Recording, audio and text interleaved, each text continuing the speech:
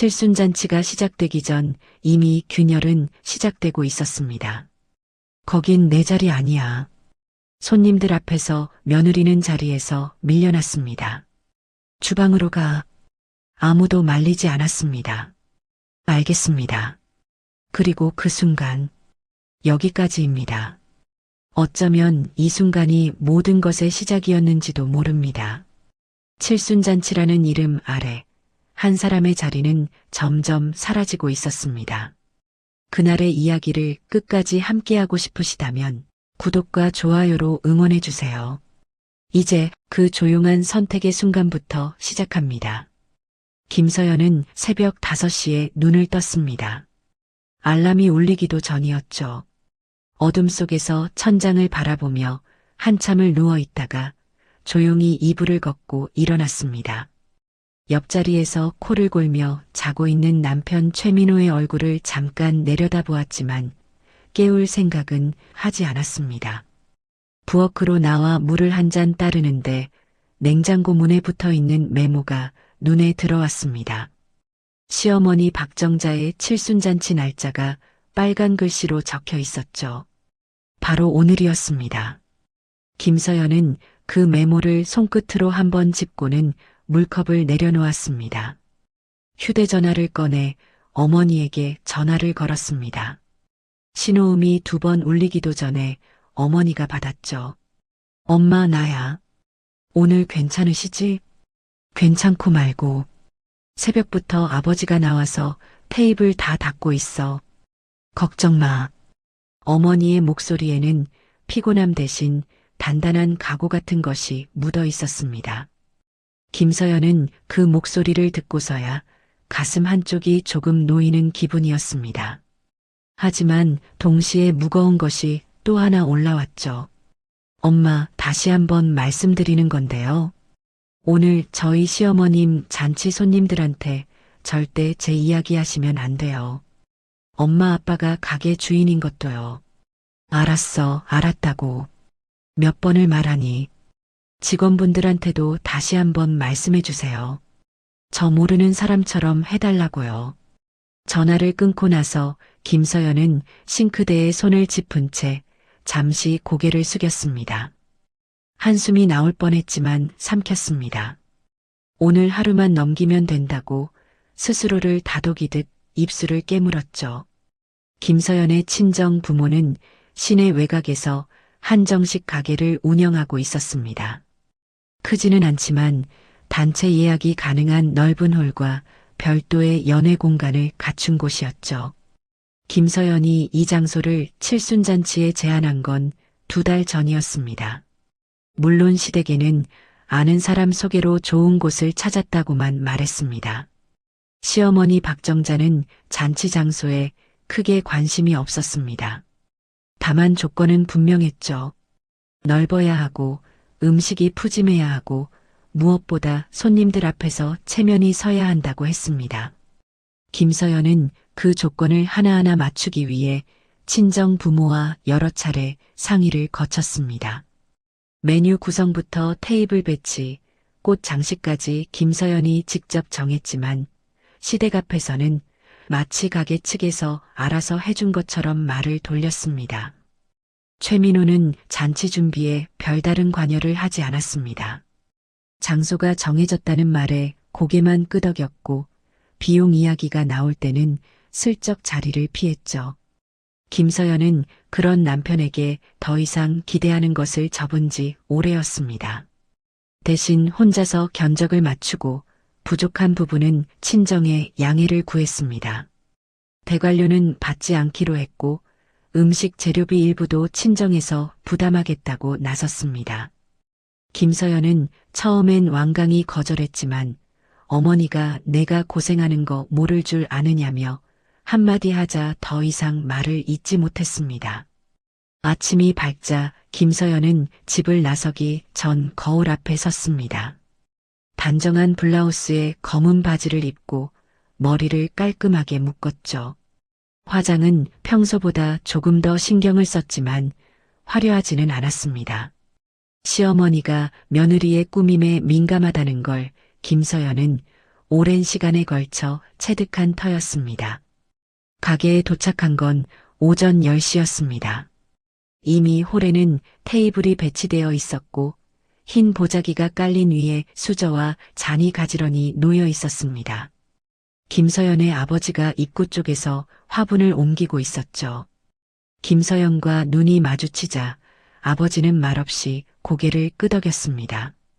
그 짧은 인사 속에 걱정과 응원이 함께 담겨 있었습니다. 김서연은 주방으로 들어가 준비 상황을 확인했습니다. 전을 부치는 냄새가 이미 가게 안을 가득 채우고 있었고 직원 2명이 나무를 묻히고 있었죠.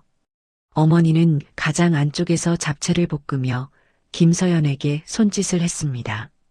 상차림 한번 봐라. 접시수가 맞는지 모르겠다. 김서연은 앞치마를 두르고 접시를 세기 시작했습니다.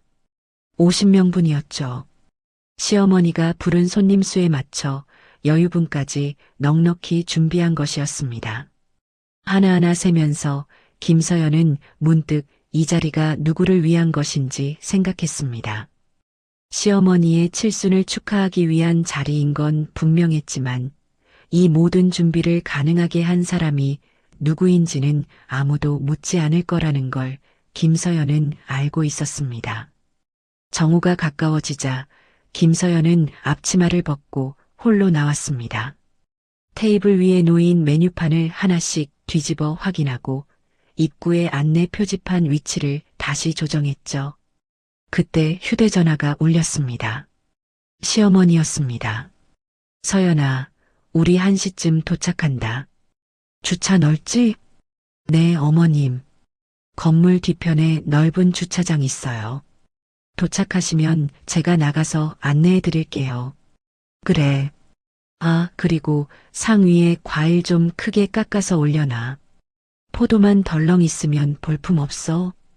김서연은 네, 알겠습니다 하고 전화를 끊은 뒤 다시 주방으로 향했습니다. 어머니에게 과일 이야기를 전하자 어머니는 아무 말 없이 칼을 들고 수박을 꺼냈습니다. 그 뒷모습을 보며 김서연은 입술을 꽉 깨물었습니다.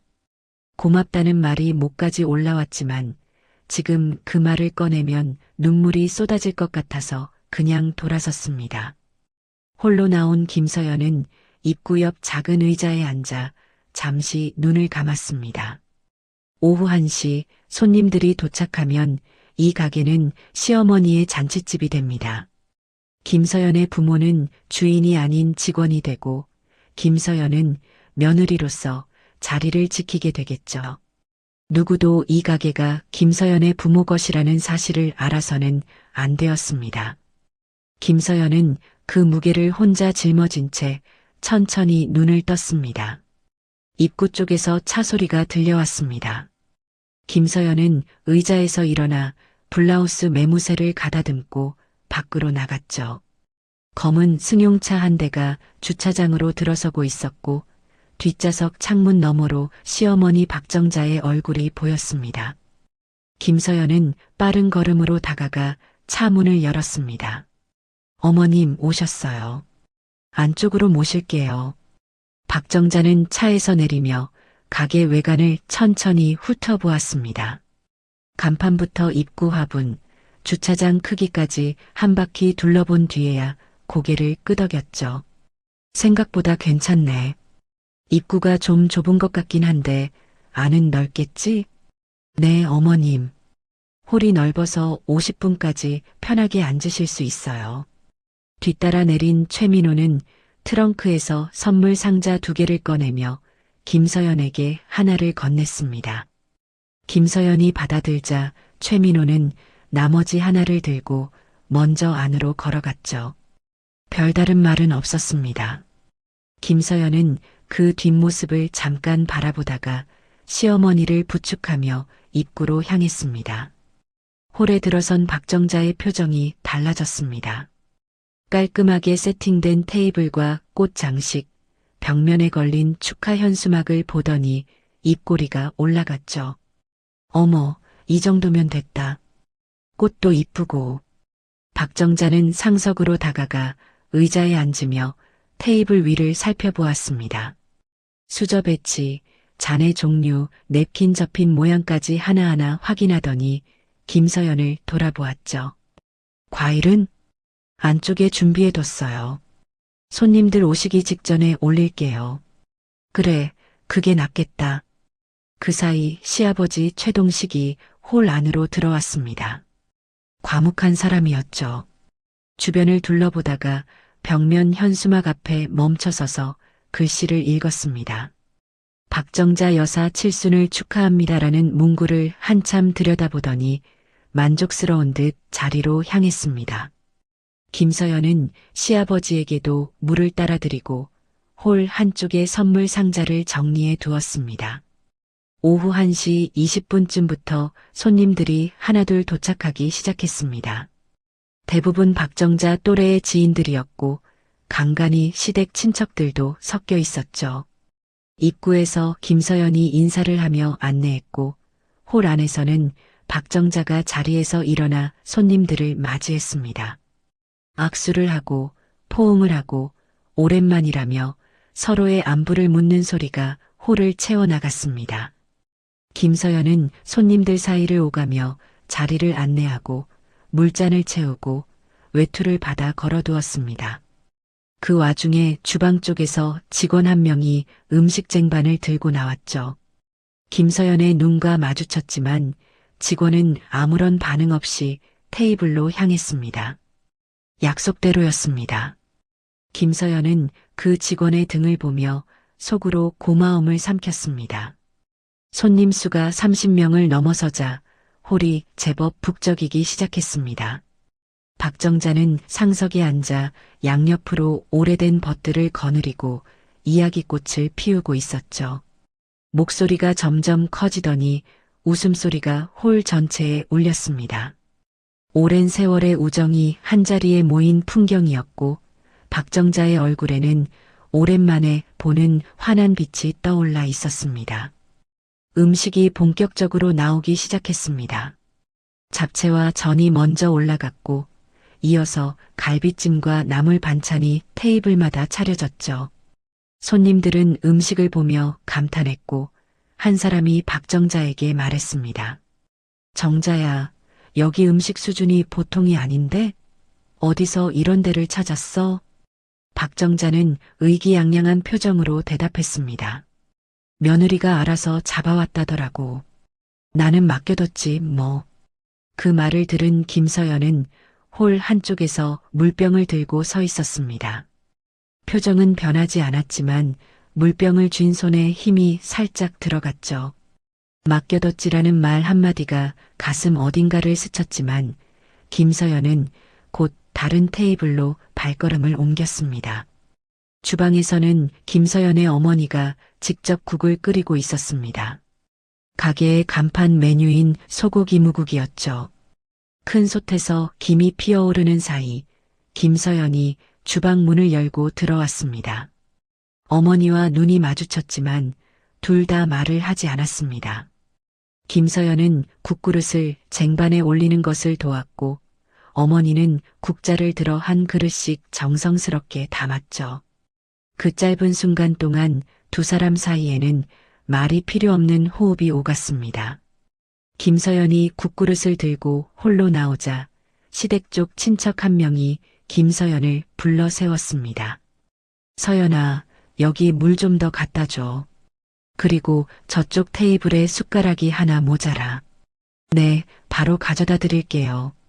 김서연은 국그릇을 먼저 내려놓고 물병과 숟가락을 가지러 돌아갔습니다. 홀을 가로질러 오가는 동안에도 김서연의 걸음은 빨랐지만 어수선하지는 않았죠. 오랜 시간 시댁 행사에서 길들여진 몸의 기억이 자연스럽게 움직이고 있었습니다. 잔치가 중반에 접어들자 박정자가 자리에서 일어났습니다. 손님들의 시선이 모였고 박정자는 잔을 들며 인사를 시작했죠.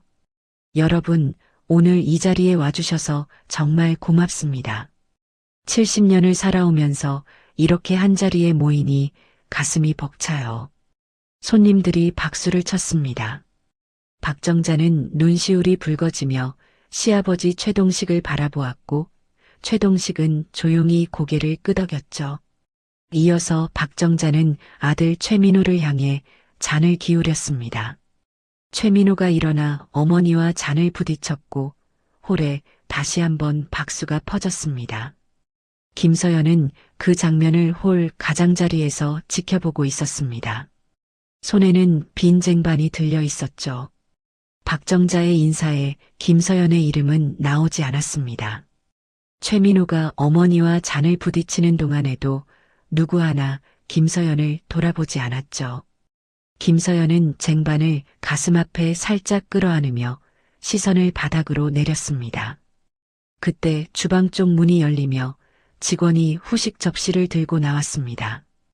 김서연의 아버지가 깎은 과일이 정갈하게 담겨 있었죠.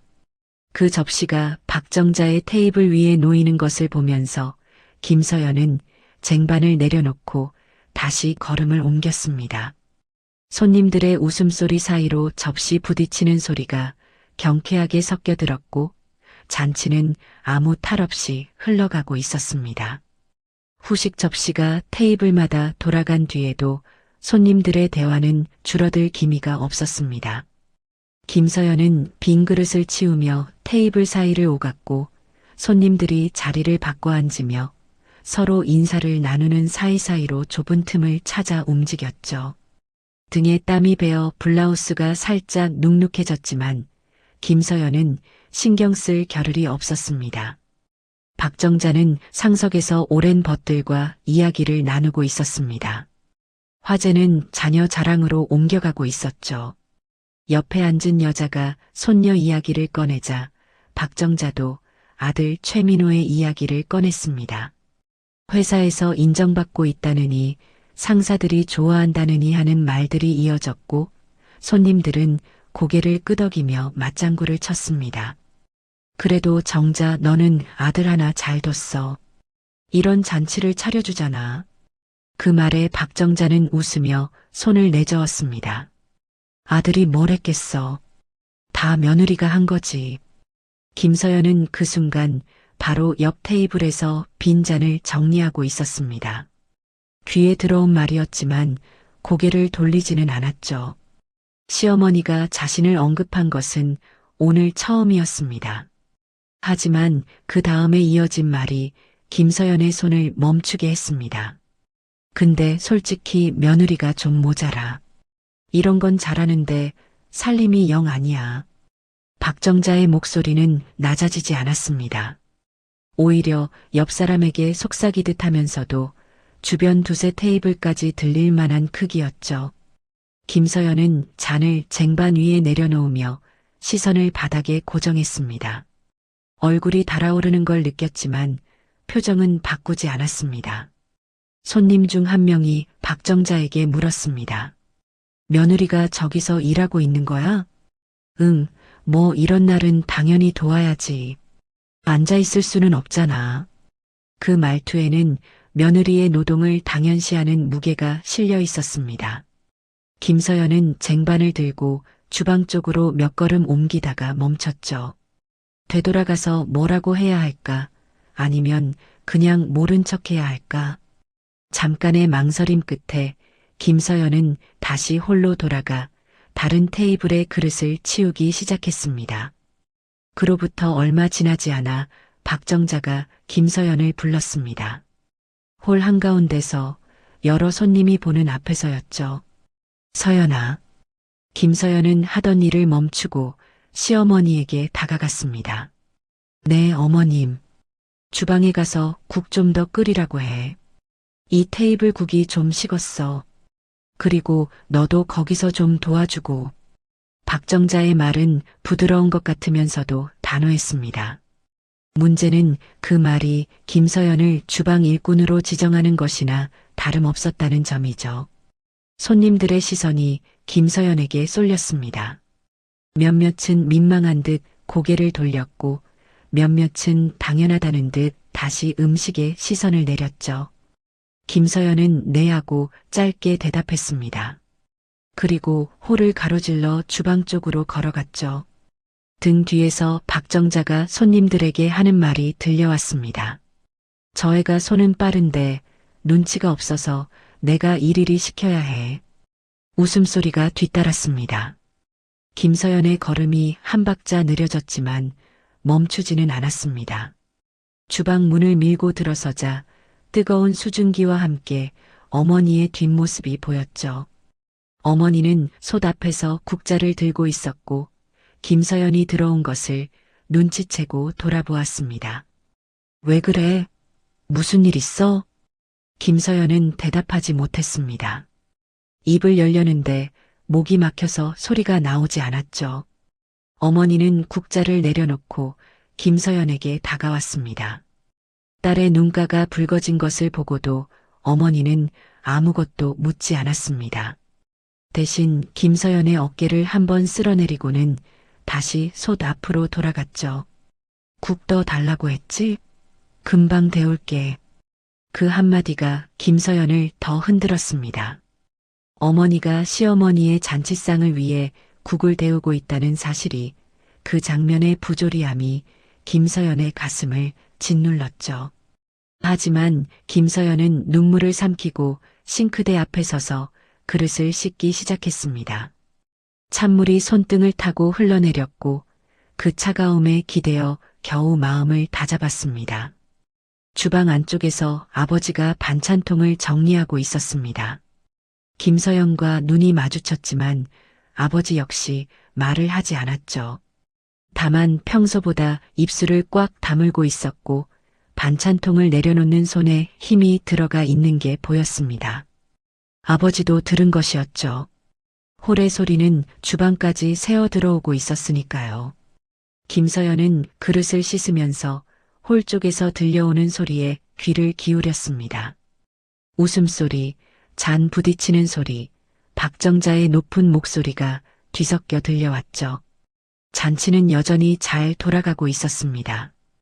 김서연이 홀에 없어도 아무도 불편해하지 않는 것처럼 보였고 오히려 더 편안해진 것 같기도 했습니다. 그 생각이 스치자 김서연은 수도꼭지를 잠갔습니다. 젖은 손을 앞치마에 닦으며 주방 안쪽 작은 창문을 바라보았죠. 바깥에는 오후 햇살이 비치고 있었고 주차장에 세워진 차들이 줄지어 보였습니다. 김서연은 그 풍경을 한참 들여다보았습니다. 문득 김서연은 앞치마를 벗었습니다.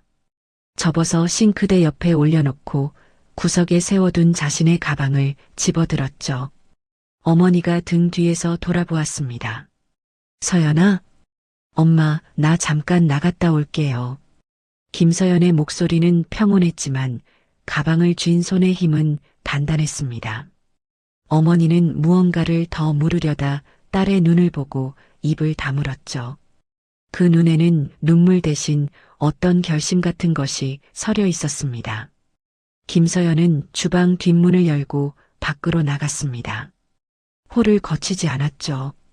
복도를 지나 건물 뒤편으로 빠져나오자 찬바람이 얼굴을 스쳤고 김서연은 걸음을 멈추지 않은 채 주차장을 가로질렀습니다. 홀 안에서는 여전히 웃음소리가 새어나오고 있었고 잔치는 김서연이 사라진 것도 모른 채 계속되고 있었습니다. 김서연이 자리를 비운 홀에서는 잔치가 무르익고 있었습니다. 손님들의 목소리가 한층 높아졌고 빈 술병이 테이블 아래로 밀려나기 시작했죠. 박정자는 상석에서 손님들과 건배를 주고받으며 얼굴이 붉게 달아올라 있었습니다. 그때 박정자가 고개를 들어 홀을 둘러보았습니다. 김서연의 모습이 보이지 않았죠. 한 바퀴 더 둘러보았지만 역시 없었습니다. 박정자의 눈이 좁아졌고 옆에 앉은 최민호를 팔꿈치로 툭 쳤습니다. 서연이 어디 갔어? 글쎄요. 주방에 있지 않을까요? 가서 좀 찾아봐. 손님들 자리인데 며느리가 보여야지. 최민호는 일어나 주방 쪽으로 향했습니다. 주방 문을 열자 김서연의 어머니가 돌아보았죠. 최민호는 장모인 줄 모른 채 물었습니다. 저기 혹시 여기서 일하시는 분이요? 우리 집사람 못 보셨어요? 이만큼한 머리 묶은 여자요. 어머니는 잠깐 망설이다가 대답했습니다. 아까 잠깐 나간다고 하더라고요. 나갔다고요? 어디로요? 그건 저도 잘 모르겠습니다. 최민호는 고개를 갸웃하더니 다시 홀로 돌아갔습니다. 어머니는 최민호의 뒷모습을 바라보며 국자를 쥔 손에 힘을 주었죠. 사위가 자신을 알아보지 못했다는 사실이 입안에서 쓴맛처럼 번졌지만 약속은 약속이었기에 아무 말도 하지 않았습니다.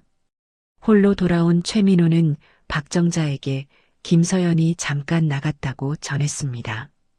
박정자의 표정이 단단해졌죠. 잔치 중에 나가? 어딜?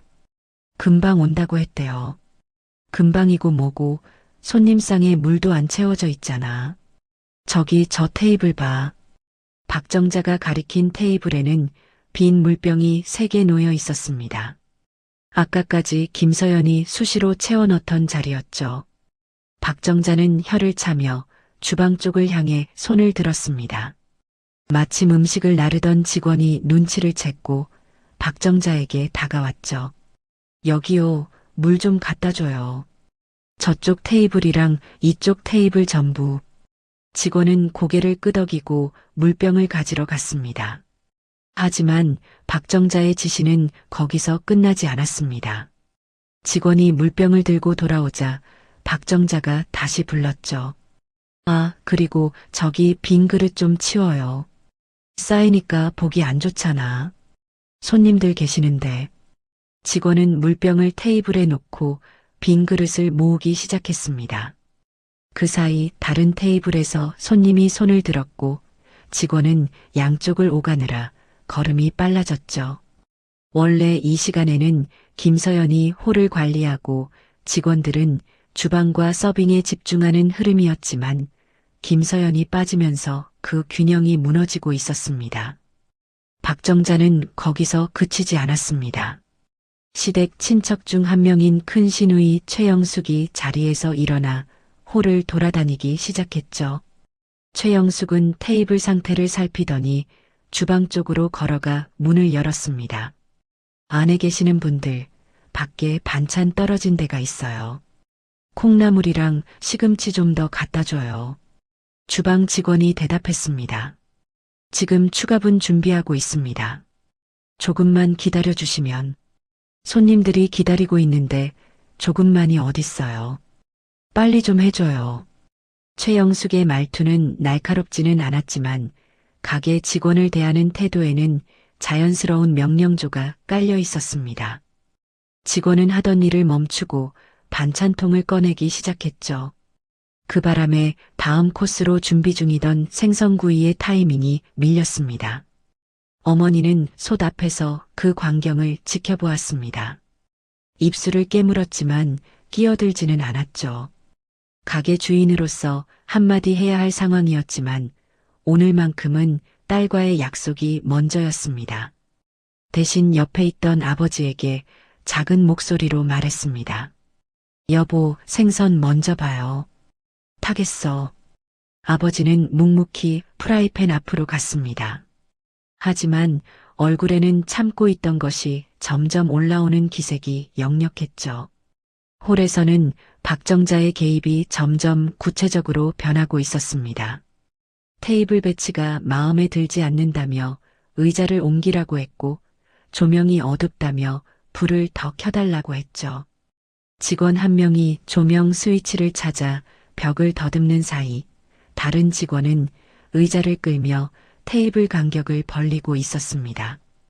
두 사람 모두 서빙에서 손을 놓은 상태였고 그 틈에 3번째 테이블에서 손님이 빈 접시를 들고 직접 주방 쪽으로 걸어가는 모습이 보였습니다. 최민호는 그 상황을 보면서도 자리에 앉아 술잔을 기울이고 있었습니다. 옆자리의 친척과 이야기를 나누며 가끔 웃음을 터뜨렸죠. 어머니가 직원들에게 이것저것 시키는 것도 누나가 주방에 드나드는 것도 최민호에게는 별다른 문제로 보이지 않는 듯 했습니다. 주방에서는 흐름이 눈에 띄게 흔들리고 있었습니다. 반찬 추가 요청과 빈 그릇 수거가 동시에 밀려들었고 직원 2명이 홀과 주방을 오가느라 본래의 코스 순서가 뒤엉켰죠. 생선구이가 나가야 할 타이밍에 반찬이 먼저 나갔고 국 리필 요청은 뒤로 밀렸습니다. 어머니는 혼자서 2개의 불을 동시에 관리하며 속도를 맞추려 했지만 홀에서 들려오는 지시가 하나 더 추가될 때마다 손이 조금씩 느려졌습니다. 최영숙이 다시 주방 문을 열었습니다. 생선은 안 나오나요? 어머니가 기다리신다고. 지금 마지막으로 굽고 있습니다. 2분만 기다려주시면. 2분이 벌써 3번째예요. 좀 빠르게 해주세요. 최영숙은 문을 닫고 돌아갔고 직원은 아직 덜 익은 생선을 접시에 담아야 할지 말아야 할지 어머니를 돌아보았습니다. 어머니는 프라이팬을 흔들며 짧게 말했죠. 조금만 더. 설 익은 거 내보내면 안 돼. 그 목소리는 단호했지만 프라이팬을 잡은 손이 미세하게 떨리고 있었습니다. 가게를 20년 넘게 운영하면서 이런 식으로 주방 흐름을 빼앗긴 적은 처음이었죠. 손님이 아니라 손님의 가족이 주방 운영에 개입하는 상황. 그것도 딸의 시댁 식구가 자기 가게에서 지시를 내리는 상황이 어머니의 속을 뒤집고 있었습니다. 아버지는 설거지를 하던 손을 멈추고 홀 쪽 문을 바라보았습니다. 문 너머로 박정자의 웃음소리가 들려왔고 이어서 최영숙이 직원에게 무언가를 또 요구하는 목소리가 겹쳐 들렸죠. 아버지는 수도꼭지를 잠그고 행주로 손을 닦았습니다. 어머니를 한번 바라보았고 어머니도 아버지를 바라보았습니다. 2 사람의 눈에는 같은 말이 담겨 있었지만 아직은 아무도 그 말을 입 밖으로 꺼내지 않았습니다. 어머니와 아버지가 서로를 바라보던 그 순간 홀 쪽 문이 다시 열렸습니다. 이번에는 최영숙이 아니라 박정자 본인이었죠. 주방 입구에 선 박정자는 안쪽을 훑어보더니 직원에게 말했습니다. 여기 책임자가 누구예요?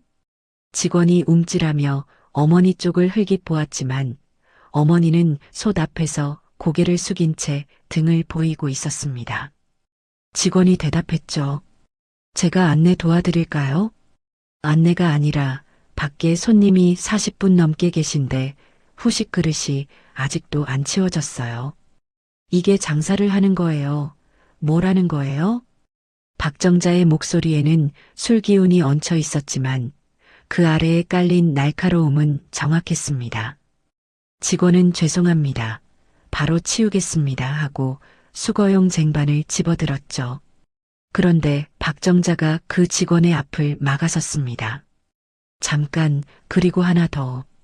밖에 테이블 위에 국물이 흘러있는 데가 있어요. 행주로 한번 다 닦아요. 손님들 옷에 튈 뻔했다고. 직원은 쟁반을 든 채로 행주를 찾아 두리번거렸고 그 사이 박정자는 이미 돌아서서 홀로 나가고 있었습니다. 어머니는 박정자의 뒷모습이 문 너머로 사라질 때까지 고개를 돌리지 않았죠. 솥 안에 국이 부글부글 끓고 있었지만 불을 줄이지도 국자를 들지도 않았습니다. 아버지가 조용히 다가와 불을 줄여주었고 어머니는 그제야 깊은 숨을 한번 내쉬었습니다. 홀에서는 상황이 점점 더 어수선해지고 있었습니다. 박정자가 주방에 다녀온 뒤 시댁 친척들의 움직임이 눈에 띄게 적극적으로 변했죠. 최영숙은 직원에게 빈 술병을 모아오라고 시켰고 시댁의 사촌 형부라는 남자는 홀 한쪽에 놓인 음향 장비를 만지작거리며 노래를 틀자고 제안했습니다. 직원이 장비 사용에 대해 양해를 구하려 하자 그 남자는 손을 내저으며 말했습니다. 됐어, 됐어. 내가 할 줄 아니까. 스피커에서 갑자기 노래가 울려 퍼졌습니다. 음량 조절이 되지 않아 처음 몇 초간 귀를 찢는 듯한 소리가 홀을 뒤흔들었고 손님 몇 명이 깜짝 놀라 숟가락을 떨어뜨렸죠. 사촌 형부가 황급히 볼륨을 낮추긴 했지만 그 소란 속에서 테이블 하나가 밀리며 물잔이 쏟아졌습니다. 직원이 달려가 행주로 물을 닦는 사이 다른 테이블에서는 반찬 리필을 기다리던 손님이 직접 주방 문 앞까지 걸어왔죠. 반찬 좀 더 주실 수 있어요? 아까부터 기다리고 있는데. 직원은 물을 닦던 손을 멈추고 일어섰지만 몸이 하나인지라 두 곳을 동시에 감당할 수가 없었습니다. 원래 김서연이 홀의 흐름을 잡아주고 직원 2명이 주방과 서빙을 번갈아 맡는 구조였는데 김서연이 빠진 상태에서 시댁의 요구까지 더해지니 동선 자체가 무너지고 있었죠. 박정자는 그런 상황을 보면서도 불만의 방향을 직원들에게 돌렸습니다. 상석으로 돌아온 박정자는 옆에 버색에 말했죠. 여기가 좀 그래. 음식은 괜찮은데 서비스가 엉망이야. 그 말이 근처 테이블까지 들렸고 직원 한 명이 고개를 숙인 채 쟁반을 들고 지나갔습니다. 그 직원의 턱이 굳어 있는 것을 어머니가 주방 문틈 사이로 보았죠. 어머니는 시선을 거두며 앞치마 끝을 움켜쥐었습니다. 그 시각 김서연은 가게 건물 2층에 있었습니다. 부모가 가게와 함께 사용하는 작은 생활 공간이었죠. 김서연이 어릴 적 쓰던 방은 지금은 창고 겸 여분 공간으로 쓰이고 있었지만 한쪽 벽에는 아직 김서연의 오래된 옷가지 몇 벌이 걸려 있었습니다. 김서연은 그 방에 들어가 문을 닫고 침대 가장자리에 앉았습니다. 한참 동안 아무것도 하지 않았습니다. 아래층에서 올라오는 소음이 바닥을 통해 희미하게 전해졌고 간간히 웃음소리와 노랫소리가 섞여 들렸죠. 김서연은 그 소리를 들으며 가방을 무릎 위에 올려놓았습니다. 가방 안에는 지갑과 휴대전화, 차 열쇠가 들어 있었죠. 김서연은 지갑을 꺼내 열어보았습니다. 안쪽 칸에 접어둔 종이 한 장이 있었습니다. 일주일 전 혼자 상담을 받고 온 법률사무소의 명함이었죠. 김서연은 그 명함을 한참 들여다보다가 다시 지갑에 넣었습니다. 그리고 천천히 일어나 방 안을 둘러보았죠. 벽에 걸린 오래된 외투, 선반 위에 놓인 책 몇 권, 구석에 세워둔 여행 가방. 김서연의 시선이 그 여행 가방에서 멈추었습니다. 먼지가 얇게 쌓여 있었지만 바퀴는 멀쩡했죠. 김서연은 그 가방을 꺼내 침대 위에 올렸습니다. 지퍼를 열고 안을 확인한 뒤 벽에 걸린 옷가지를 하나씩 꺼내 가방 안에 넣기 시작했죠. 움직임은 느리지 않았지만 허둥대지도 않았습니다. 마치 오래전부터 정해두었던 순서를 따르듯 하나하나 차분하게 접어 넣었습니다. 외투 한 벌, 긴팔 셔츠 2장, 아래층에서 또 한 차례 웃음소리가 터져 올라왔지만 김서연의 손은 멈추지 않았습니다. 가방이 반쯤 찼을 때 김서연은 잠시 손을 멈추고 창밖을 내다보았습니다. 주차장이 내려다 보였고 시댁 식구들이 타고 온 차가 가게 바로 앞에 세워져 있었죠. 그 차 옆에 김서연의 차가 나란히 서 있었습니다. 김서연은 그 2대의 차를 한참 바라보다가 시선을 거두었습니다. 아래층에서 접시가 깨지는 소리가 올라왔습니다. 이어서 누군가의 높은 목소리가 들렸지만 정확한 말은 들리지 않았죠. 김서연은 그 소리에 잠깐 몸을 굳혔다가 다시 옷장 쪽으로 돌아섰습니다.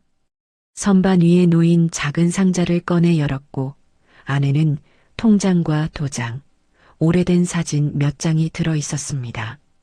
김서연은 통장과 도장만 꺼내 가방 안쪽 주머니에 넣었고 사진은 상자 안에 그대로 두었습니다. 가방 지퍼를 반쯤 닫은 채 김서연은 다시 침대 가장자리에 앉았습니다. 아래에서는 여전히 소란스러운 소리가 이어지고 있었고 그 위로 박정자의 목소리가 간간히 얹혀 올라왔죠. 김서연은 두 손을 무릎 위에 가지런히 올려놓고 아래층을 향해 귀를 기울였습니다. 아래층에서 올라온 접시 깨지는 소리의 여운이 채 가시기 전에 또 한 차례 무언가 부딪히는 소리가 바닥을 타고 전해졌습니다. 김서연은 침대 가장자리에서 몸을 일으켰죠. 귀를 기울이자 이번에는 목소리가 들렸습니다. 직원의 목소리와 최영숙의 목소리가 겹쳐 올라왔고 그 사이로 어머니의 짧은 외침이 끼어들었습니다. 주방에서는 일이 벌어지고 있었습니다. 최영숙이 다시 주방에 들어와 생선구이 접시를 직접 가져가겠다며 서빙 카트를 끌고 나가려 했고 그 카트가 조리대 모서리에 걸리면서 위에 올려져 있던 그릇 3개가 바닥으로 떨어진 것이었죠. 깨진 접시 파편이 주방 바닥에 흩어졌고 직원이 황급히 쪼그려 앉아 조각을 모으고 있었습니다. 최영숙은 바닥을 내려다보며 말했습니다. 아이고, 미안해요. 근데 이것도 치울 사람이 없는 거예요? 밖에 손님이 기다린다고요. 직원은 대답 없이 파편을 쓸어 담았고 어머니가 싱크대 옆에서 행주를 들고 다가왔습니다. 어머니는 바닥에 남은 작은 조각들을 닦아내며 직원에게 나직이 말했죠. 괜찮아, 내가 할게. 너는 밖에 나가봐. 직원이 일어서서 홀로 나가려는데 이번에는 박정자의 목소리가 주방 문 밖에서 들려왔습니다. 거기 안에서 뭐 하는 거예요? 무슨 소리가 나는 거야? 주방 문이 열리며 박정자가 안쪽을 들여다보았습니다. 바닥에 쪼그려 앉아 파편을 닦고 있는 어머니와 눈이 마주쳤고 박정자는 눈살을 찌푸렸죠. 접시를 깬 거예요? 손님상 나갈 접시가 모자라면 어쩌려고. 어머니는 고개를 들었습니다. 입술을 꽉 깨물고 있었지만 아무 말도 하지 않았죠. 행주를 쥔 손이 부들부들 떨리고 있었고 그 모습을 옆에서 지켜보던 아버지가 한 걸음 앞으로 나왔습니다. 손님, 주방 안은 위험하니까 밖에서 기다려주시면. 아니, 내가 돈 내고 여기서 잔치하는 사람이에요. 주방 상태가 어떤지 볼 권리가 있지. 박정자는 주방 안을 한 바퀴 둘러보았습니다. 싱크대에 쌓인 설거지 그릇, 조리대 위에 어지럽게 놓인 반찬통, 불 위에서 보글거리는 솥을 차례로 훑더니 고개를 저었죠. 여기 위생이 이래요? 솔직히 밖에서 보는 것보다 안이 엉망이네.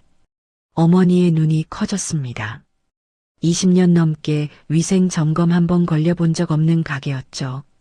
어머니는 일어서면서 입을 열려 했지만 아버지가 어머니의 팔을 잡아막았습니다. 어머니는 아버지를 돌아보았고 아버지는 미세하게 고개를 저었죠. 참으라는 뜻이었습니다. 박정자는 그 두 사람의 교환을 눈치채지 못한 채 홀로 돌아갔습니다.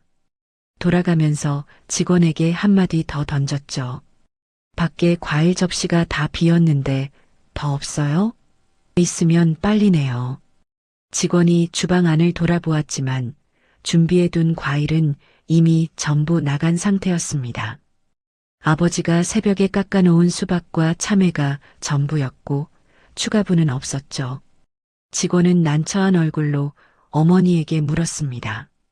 사모님, 과일이 더 있나요? 어머니는 냉장고를 열어보았지만 과일 칸은 비어 있었습니다. 가게 영업용 식자재만 들어 있었죠. 어머니는 냉장고 문을 닫으며 직원에게 말했습니다. 없어. 있는 걸로 다 냈어. 직원은 고개를 끄덕이고 홀로 나가 박정자에게 전했습니다. 추가 과일이 없다는 말에 박정자의 표정이 일그러졌죠. 50명 잔치에 과일이 그것밖에 안 돼요? 이거 원래 예약할 때 수량 확인 안 했어?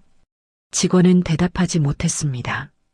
예약을 잡은 것은 김서연이었고 세부 사항은 김서연과 어머니가 직접 조율한 것이었기에 직원이 알 수 있는 범위가 아니었죠. 직원은 확인해 보겠습니다 하고 다시 주방으로 돌아갔지만 주방에서 해결할 수 있는 문제가 아니었습니다. 이때부터 홀의 분위기가 확연히 달라지기 시작했습니다. 박정자의 불만이 반복되면서 주변 테이블 손님들도 눈치를 보기 시작했고 웃음소리가 줄어드는 대신 수군거림이 늘어났죠. 한 손님이 옆 테이블에 앉은 사람에게 작은 목소리로 말했습니다. 여기 좀 그렇지 않아? 서빙도 느리고. 그러게. 처음엔 괜찮았는데. 그 사이 주방에서는 더 큰 문제가 발생하고 있었습니다. 직원 2명 중 1명이 홀에서 돌아오더니 어머니에게 말했죠. 사모님, 저 이거 못하겠어요. 밖에서 이것저것 시키는데 뭘 먼저 해야 할지 모르겠고, 아까 그 아주머니가 저한테 반말을 하셨어요. 어머니는 직원의 얼굴을 보았습니다. 눈가가 붉어져 있었죠. 이 직원은 가게에서 3년째 일하고 있는 사람이었고, 단 한 번도 이런 표정을 지은 적이 없었습니다. 어머니는 직원의 어깨를 한번 두드리며 말했습니다. 알았어. 잠깐 쉬어. 내가 나갈게. 하지만 어머니가 홀로 나가면 가게 주인이라는 것이 드러날 수 있었습니다. 어머니는 한 발짝 떼다가 멈칫했고 그 순간 아버지가 앞으로 나섰습니다. 내가 나가지. 아버지는 앞치마를 벗고 홀로 향했습니다. 하지만 아버지가 홀에 도착했을 때 마주한 광경은 예상보다 심각했죠.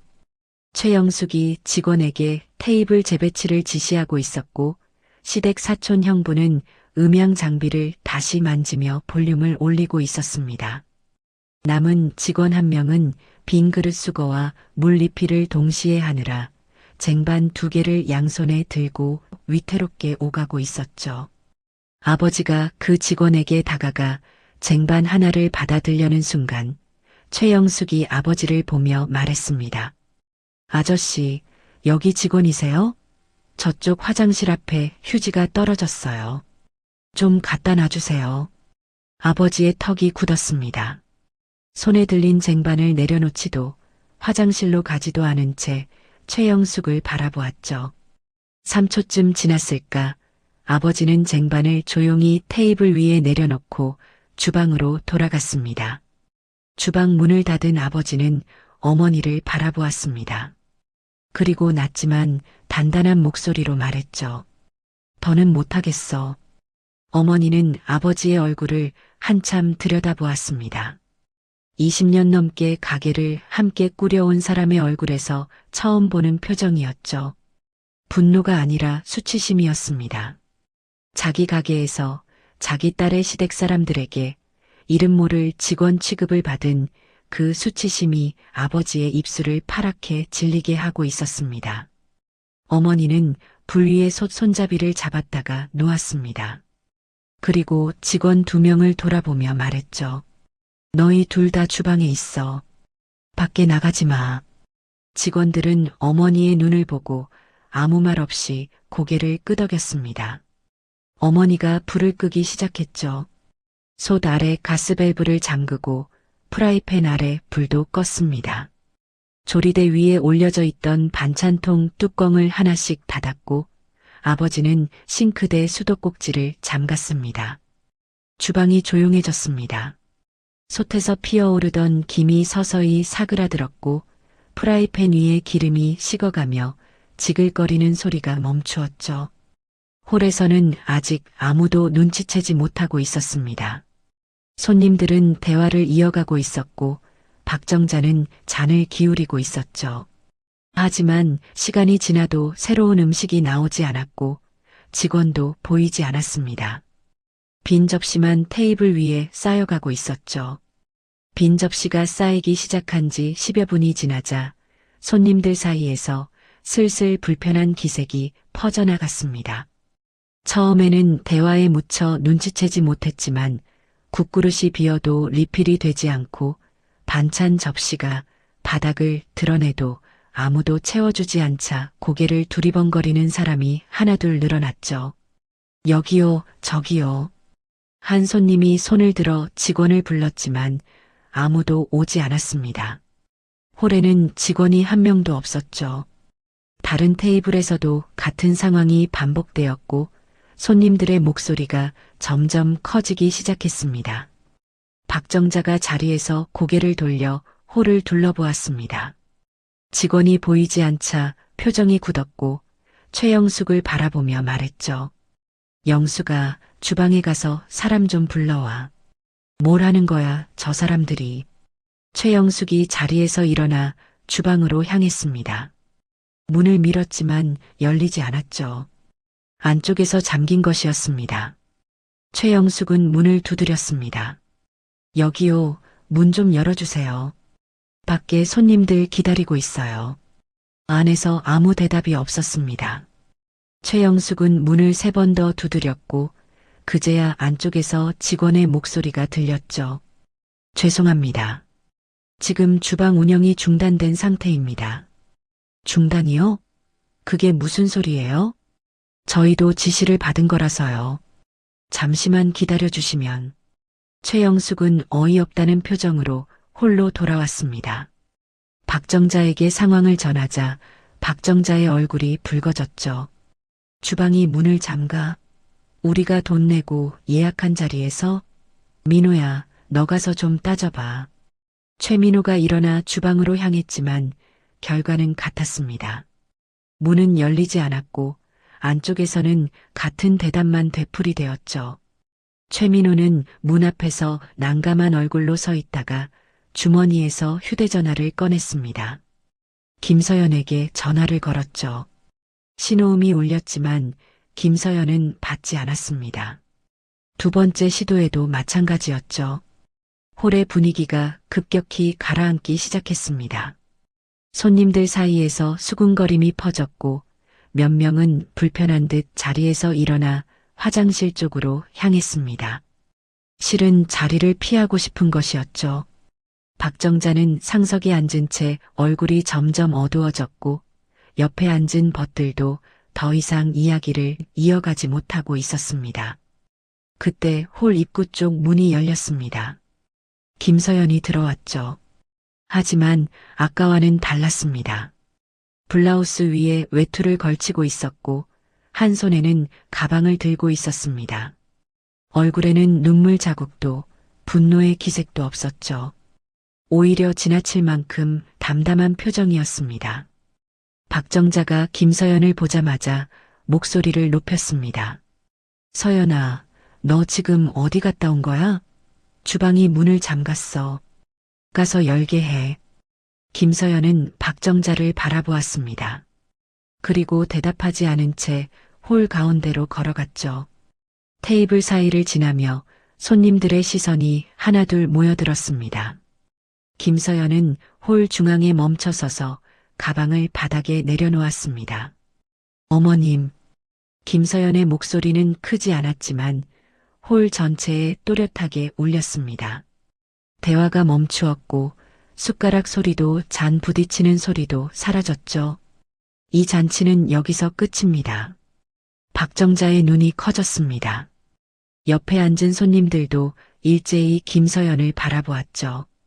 최민호가 자리에서 반쯤 일어나며 말했습니다. 서연아, 무슨 소리야? 사람들 앞에서 왜 이래? 민호 씨, 앉아 계세요. 제가 할 말이 있어요. 김서연은 최민호를 한번 바라보고 다시 시선을 박정자에게 돌렸습니다. 목소리는 여전히 차분했지만 그 안에 실린 무게는 홀에 있는 모든 사람이 느낄 수 있을 만큼 단단했죠. 오늘 이 자리에서 저는 며느리가 아니라 주방으로 쫓겨난 일꾼이었습니다. 어머님은 손님들 앞에서 저를 눈치 없는 사람이라고 하셨고 제가 없는 동안 이 가게 직원들에게 행패를 부리셨죠. 행패라니, 내가 언제 행패를 부렸어? 박정자가 목소리를 높였지만 김서연은 끊지 않고 이어갔습니다. 접시가 깨진 건 신우이가 서빙 카트를 직접 끌고 나가시다 벌어진 일이에요. 주방 위생 타령을 하신 것도 어머님이시고요. 직원에게 반말하고 화장실 휴지 갖다 놓으라고 시킨 것도 이 자리에 계신 시댁 어른들이 하신 일입니다. 홀이 조용해졌습니다. 손님들은 숨소리조차 내지 않았고 박정자는 입을 벌렸다 다물기를 반복했죠. 최영숙이 자리에서 일어나며 말했습니다. 서연아, 지금 잔치 자리에서 이게 무슨 짓이야? 시어머니 칠순인데. 시누이, 그 칠순 잔치를 누가 준비한 건지 아세요?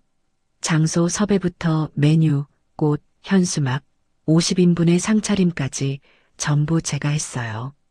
그런데 오늘 어머님 인사에서 제 이름은 한 번도 나오지 않았죠.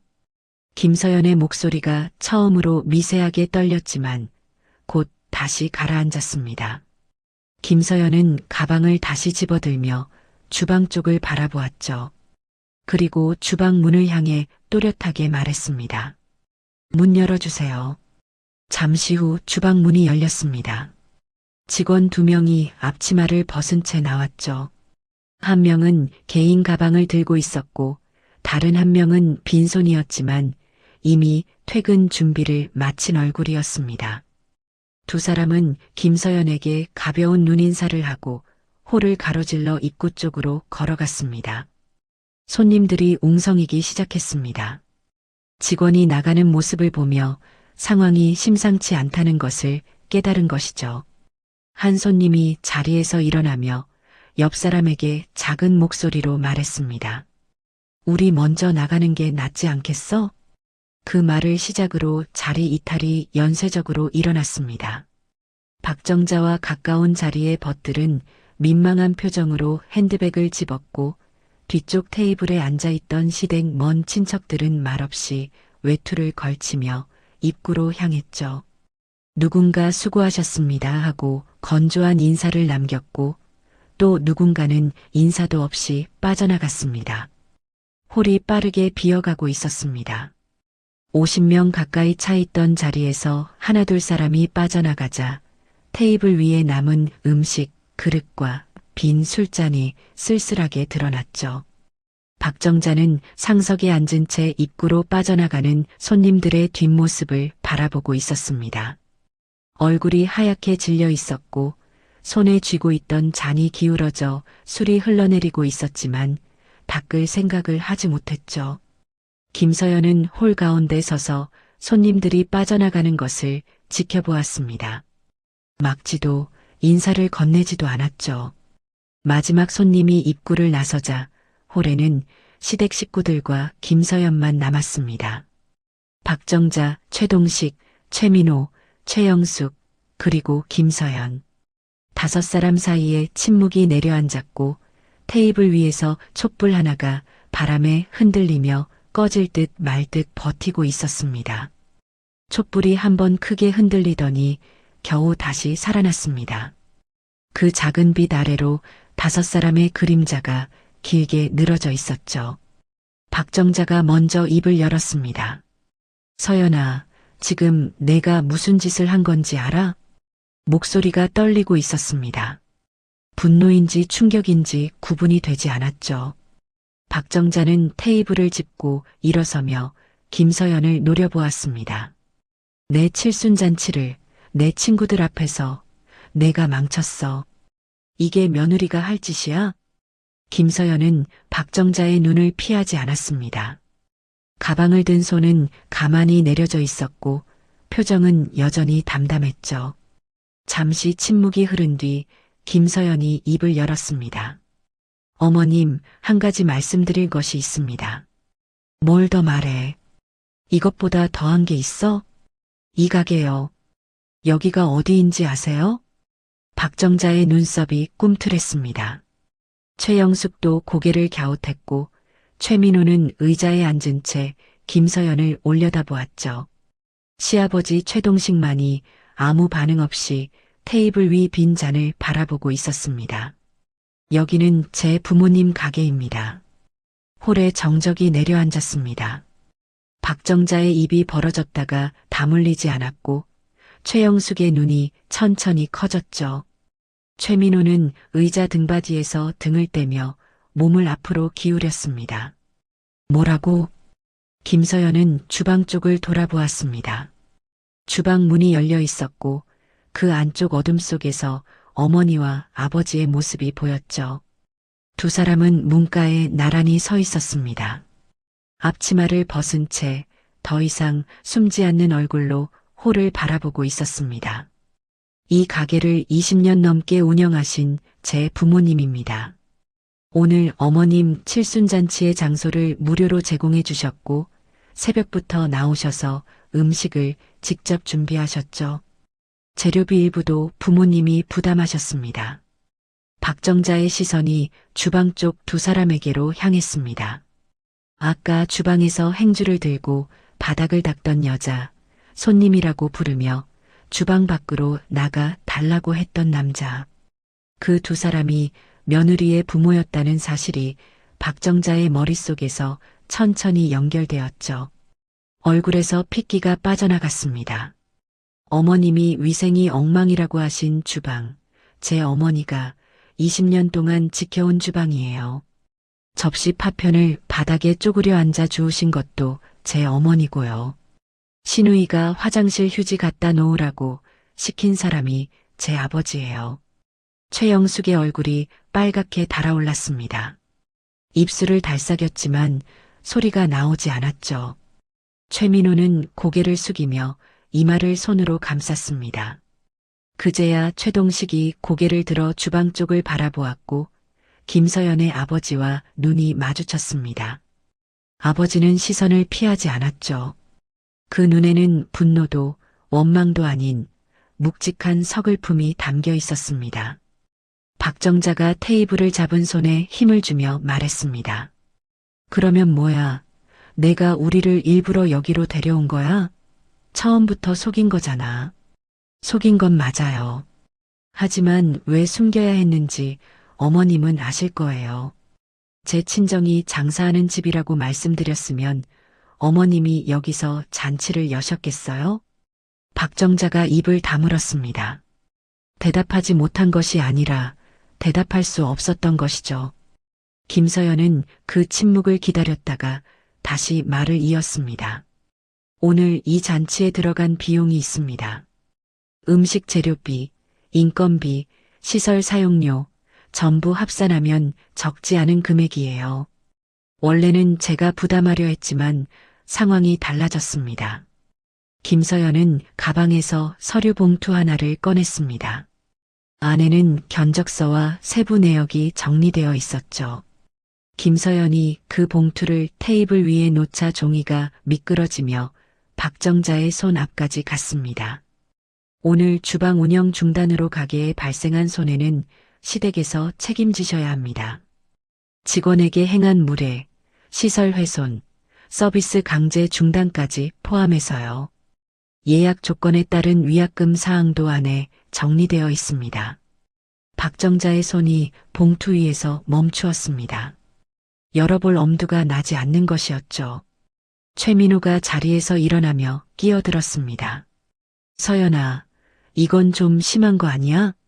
가족끼리 이렇게까지 해야 돼? 김서연은 최민호를 바라보았습니다. 오랜 시간 함께한 사람이었지만 그 눈에서 이제는 아무것도 찾을 수 없었죠.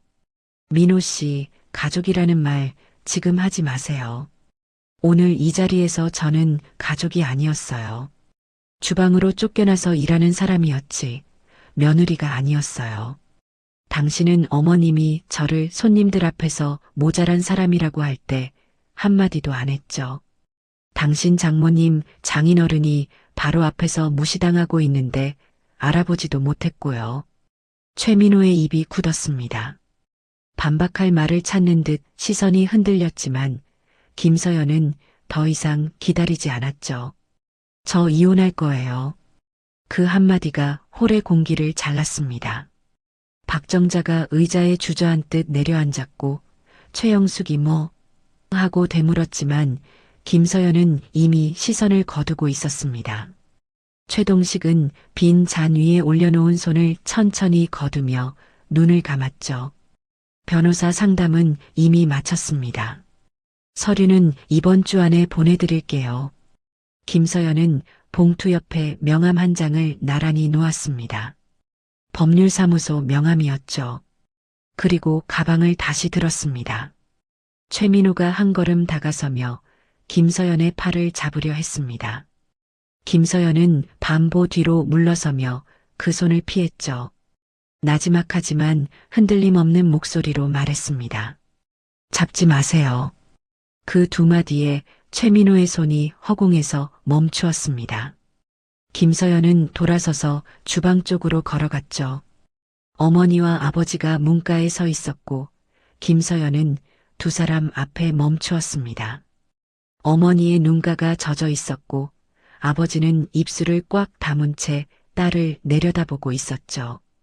김서연은 어머니의 손을 잡았습니다. 아무 말도 하지 않았지만 그 손에 실린 힘이 모든 말을 대신했죠.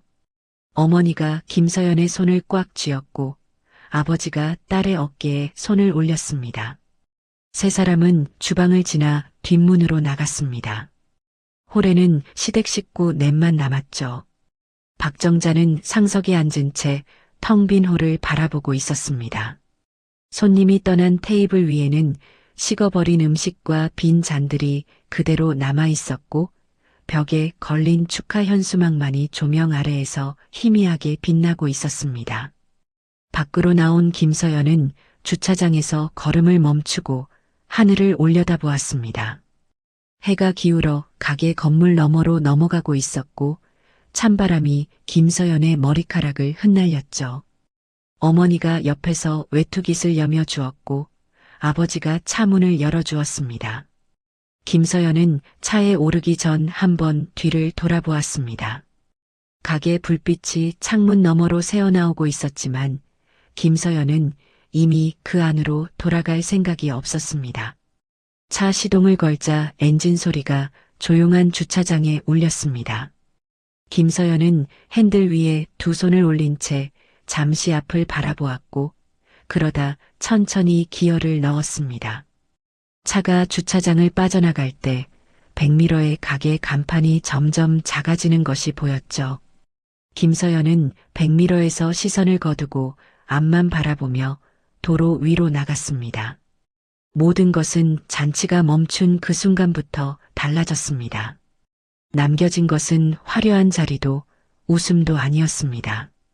그저 되돌릴 수 없는 선택뿐이었습니다. 끝까지 시청해 주셔서 감사합니다.